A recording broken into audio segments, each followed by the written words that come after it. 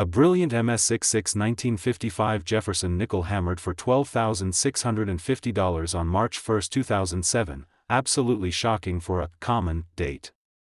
PCGS.com. This coin, well, it's something special. Now, here's exactly what to look for when you pick one up. Check the reverse. Those 5 full steps leading up to Monticello's base should be razor sharp, and here's exactly what to look for on the obverse. The subtle dye polish lines inside Jefferson's hair near the ear. If they're soft or missing, you might be holding a dipped or overcleaned piece. But get this, there's a turnaround variety, the 1955 D/S FS501, where an S peaks above the Denver mint mark. Most people miss this detail, but its market jumps when verified. Coins.ha.com. And here's the authentication drama. Most fakes will have overly bold, raised mint marks that look stamped on, red flag warning. If the D and S look too pronounced, walk away. Now, identification aside, what's the value picture? In low grades, say good or very good, these trade under $1. In about fine to extremely fine, you're in the $1 to $3 range. Uncirculated MS60 through MS63 rolls in around $8 to $40. Then at MS65, true full step survivors trade roughly $1,200 to $1,500. But here's the crazy part, that MS66 just blew past $5,000 and eventually topped $12,650. Last month's buzz was a PCGS PR68 proof that went for $517. Proofs can be bargains if you spot the deep cameo contrast. And when collectors realized what they had, well, it becomes a story. I remember a friend digging through a jar of nickels, finds a crusty 1955 in VG10, gives it a spin under light, spots those 5 bold steps, fast forward, he's down $2,000. So, here's what you really need to know, check your collection this weekend.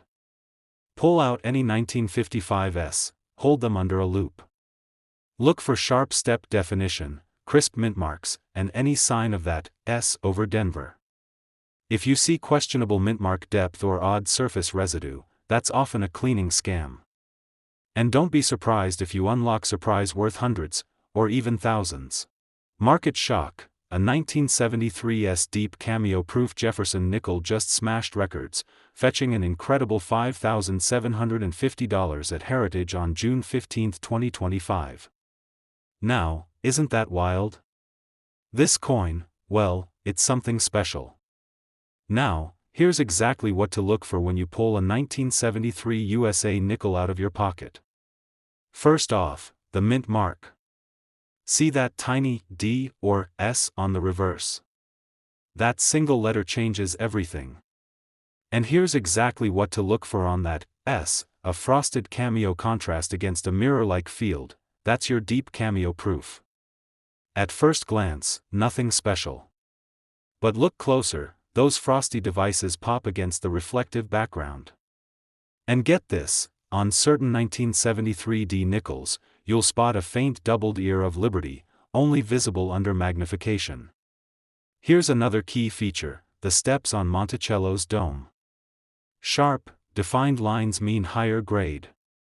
But most people miss one authentication tip: weight. A genuine nickel should weigh 5.00 grams. Anything lighter? Watch out, altered or plated pieces have turned up in the market. What's fascinating is how value changes with condition. In good to fine grades, you're looking at 20 cents to 50 cents. At about uncirculated, $1.50 to $2.50. Mint State 60? Around $5. Jump up to MS65, and you're near $30. But here's where it gets good. MS67 specimens hit $150, and that recent proof cameo, well, that was the market shock. Last month's auction, everyone was on edge when it crossed $5,750 for that PF69 cameo. So, here's what you really need to do: check your collection, literally dust off that old change jar. And when you find a 1973 nickel, look for the mint mark, inspect the dome steps, weigh it, these simple checks could uncover a hidden gem. One collector I know found a 1973 D in a box of rolls, graded it at MS65, and, well, let's just say his weekend plans changed. And here's the thing, while many think these are common, the right variety in high grade is incredibly rare. So, give those nickels another glance, you might just have a winner. Alright, that's your quick guide to the 1973 USA nickel, what to spot, how to value, and why you should peek again. Good luck, and happy hunting. You know what collectors paid for one of these last months? A 1981 Jefferson nickel, graded MS67 by NGC, sold for $1,116. That's right, over $1,000 for a 5-cent coin that's barely 4 decades old. And that sale? It stunned the market. Now, at first glance, this coin, well, it looks like any other pocket change. But look closer, and you'll see why collectors are hunting for this one. So, let's break it down. We're talking about the 1981 Jefferson nickel, specifically the Philadelphia and Denver issues. No mint mark for Philly, and a bold D for Denver. But here's where it gets good, the real focus is on high-grade business strikes, and full steps. Yep, full steps. That's the key. Now, if you flip it over and check the steps at Monticello on the reverse, count them. You're looking for 5 or 6 clean, uninterrupted steps at the base. Most 1981 nickels? Weak strikes, mushy details. But a crisp full step specimen? That's where the money is. Here's exactly what to look for, a sharp strike, especially on Jefferson's hair curls and the steps below Monticello. No major contact marks, and full luster. And one more thing, watch for die deterioration, lots of 81 nickels show late die state fatigue. If it looks soft or flat, skip it. Oh, and authentication tip, avoid nickels with artificial toning or polished surfaces. Some folks try to juice up the appearance to mimic higher grades. Telltale sign? An unnatural rainbow hue or mirrored fields where they shouldn't be. But let's talk value. Circulated examples? Just face value, maybe a dime to 25 cents if it's really clean. But coins in MS65 with full steps? We're talking $75 to $150. MS66 FS? Closer to $350. And that recent MS67 FS that rocked the auction floor? $1,116 at a heritage sale in May 2024. Yep, for a coin struck during the Reagan years. Now, here's what's interesting, many of these are still hiding in old Whitman folders, inherited coin jars, or forgotten bank rolls. One collector out in Ohio pulled an MS66 full steps from a mixed roll they'd been sitting on since the 90s. That's a $300 find, just like that. So if you've got nickels from the early 80s, check M. Look for that strong strike, count the steps, check for clean surfaces.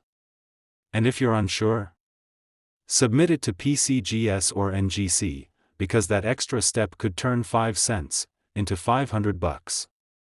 And remember, not every old nickel is valuable. But the right 1981 with full steps? That's a sleeper hit waiting to be found.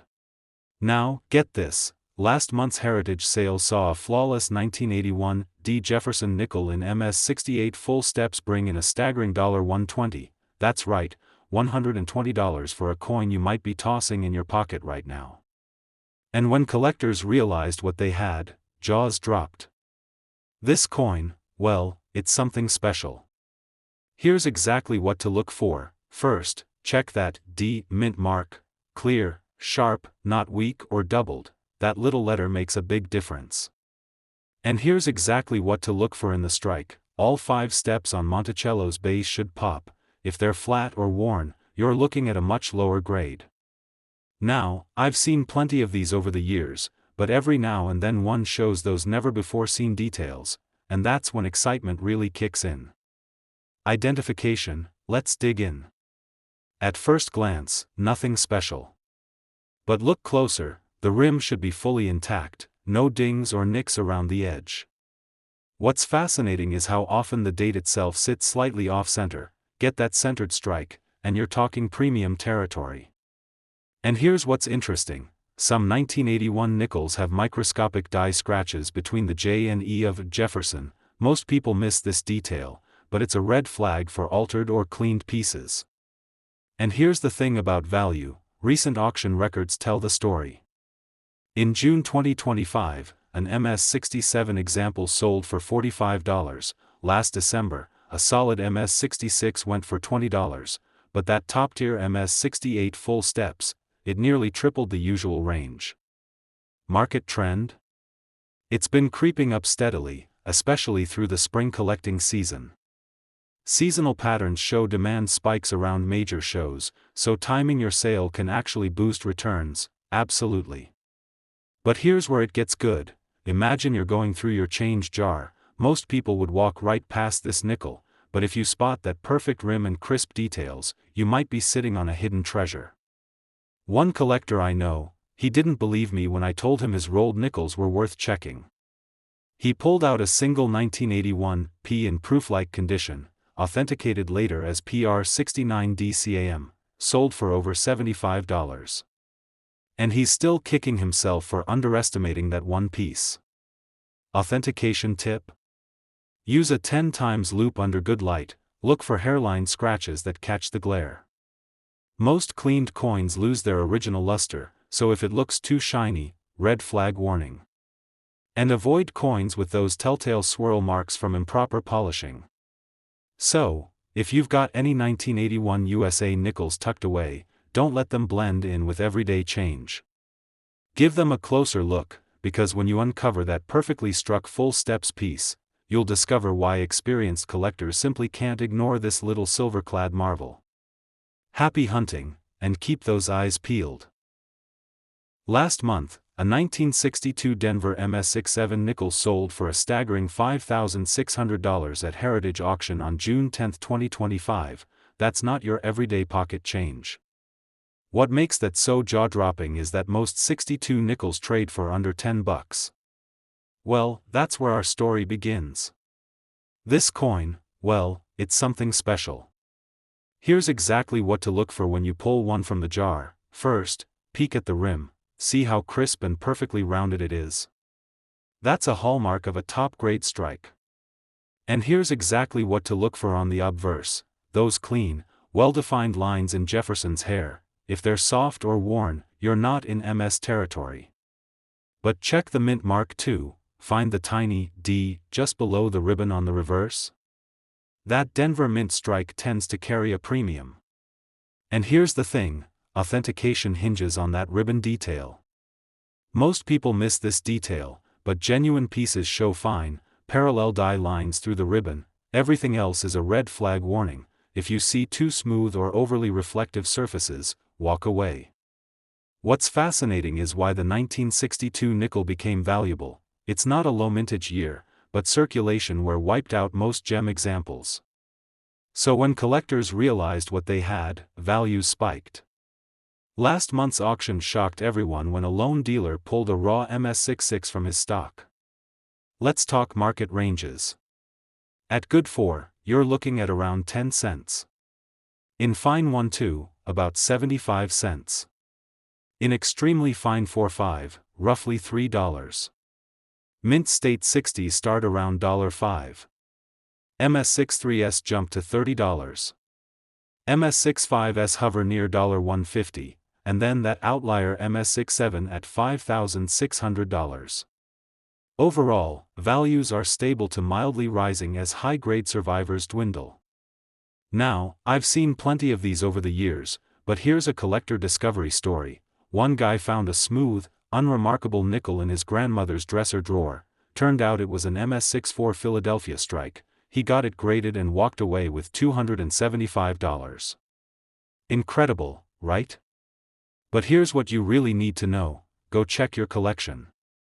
Flip through that old Whitman folder. You never know when one of these might catch your eye.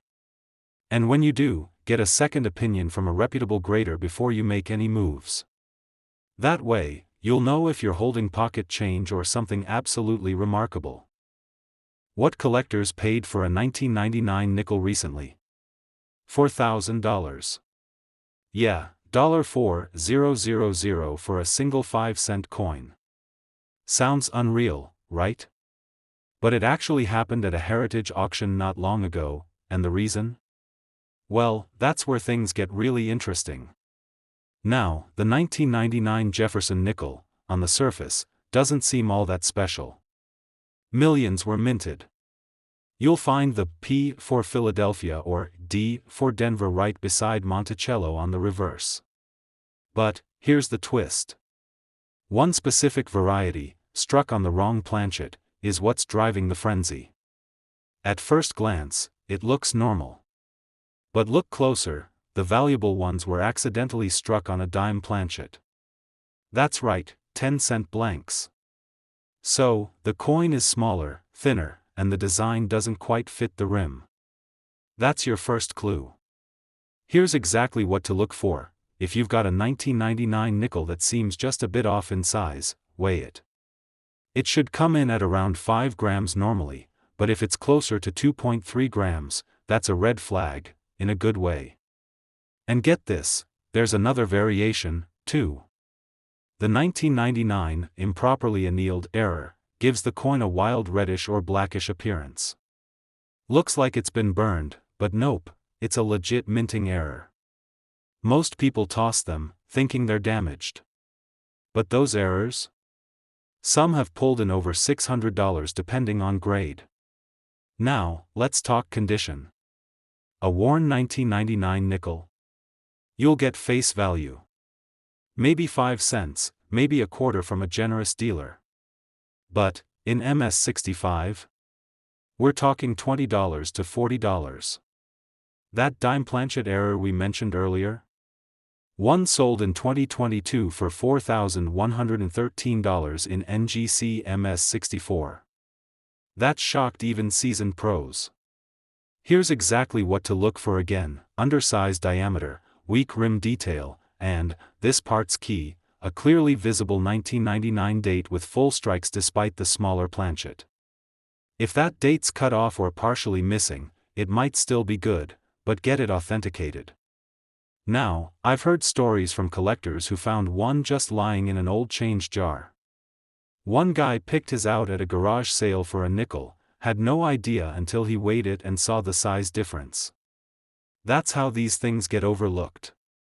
And in a market that's holding steady, especially for off-metal and mint-error coins, now's a good time to dig through that change jar. Because that one odd-looking nickel could be your next $4,000 surprise.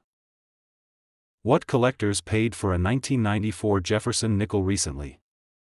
$5,750. That's right. A coin that most folks wouldn't think twice about, sold in 2023 through heritage auctions, for more than $5,000. Now, that kind of sale, it gets people talking. So what's the deal with the 1994 nickel? Well, at first glance, it's just another Jefferson. Standard design, Monticello on the back, Jefferson's profile on the front. But there's something more. And if you know what to look for, you just might have a mini goldmine hiding in your pocket change. Strike doubling, especially on the word Liberty and Jefferson's I. There's a rare double die variety from 1994 P, and that's where the money's at. You'll also want to examine the reverse closely.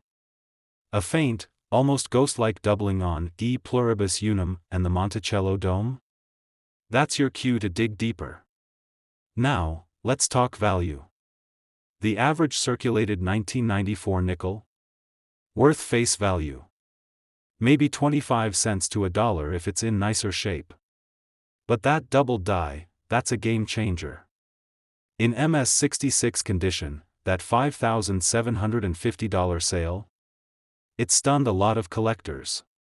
Even mid-grade versions, say, MS-64 or MS-65, can fetch $150 to $600 at auction, depending on the eye appeal. And what's interesting is, the market for Jefferson nickels has actually been trending up. Not wildly spiking, but stable and growing, especially as more collectors are hunting modern-era errors. They're finally getting the recognition they've deserved.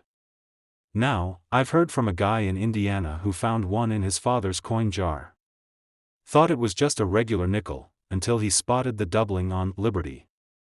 Sent it in for grading, came back MS-64, and sold it at auction for nearly $400. So here's what you do. Check your 1990s nickels. Look very closely at 1994, PS, get a loupe, flip the coin under good light, and really study those letters and details. And if it looks like something's off, send it to a reputable grading service, NGC or PCGS, before selling. There are fakes floating around, and some folks try to create artificial doubling. One last thing, what most people don't realize is that the dies used in 1994 were near the end of their run. Some had fatigue, which made doubling and striking errors a little more likely. That's part of why these rare ones even exist. So, that plain old nickel in your change pile? It could actually be worth hundreds, or more. But only if you know what to look for. Keep hunting, because sometimes, treasure hides in plain sight. Get this, last May, a 1990p Jefferson nickel graded MS-67 full steps hammered for a staggering $276 at a Heritage Internet auction. That's more than you'd expect for a 5-cent piece. Now, here's the thing, collectors everywhere dropped their coffee cups when that hit the block. This coin, well, it's deceptively simple at first glance. But here's exactly what to look for. First, check the mint mark. If you spot a tiny P just below the date, you're dealing with a Philadelphia strike. And here's what's interesting, the designer's initials, FS, sit under Jefferson's bust since 1966, most people walk right past that detail. Next, flip it, count those steps leading up to Monticello. You want full steps, that means each of the 5 tiers is razor sharp and uninterrupted. And here's exactly what to look for, under a loupe, the rails should be crisp, no blending or breaks. What's fascinating is that fewer than 40 of these hit MS-67 full steps according to NGC census figures. At first glance, nothing special? But look closer. Last month's sale wasn't an outlier. Back in January 2016, an MS-67 full steps brought $1,116 at auction, proof that these can really soar in top grades. In average grades, you're looking at roughly 10 to 50 cents for circulated examples. VF30 goes for about 20 cents, MS60 around 50 cents. Mid-grade uncirculated, think MS63, runs near $1 to $3. And get this. MS65 FS coins routinely clear $20 to $50. Market trends? Values have been inching up steadily over the past 5 years. But here's what you really need to know, most people miss a common red flag, counterfeit full steps. If the steps look too glossy or the edges feel filed, walk away, get it slabbed by PCGS or NGC. Now, I've seen plenty of these over the years, but check your change, seriously, dig through rolls, look at small piles from your jar. And when collectors realized what they had, jaws dropped. So, pause for a moment, pull out those nickels, inspect that mint mark, count those steps, you might just have a hidden treasure in your pocket.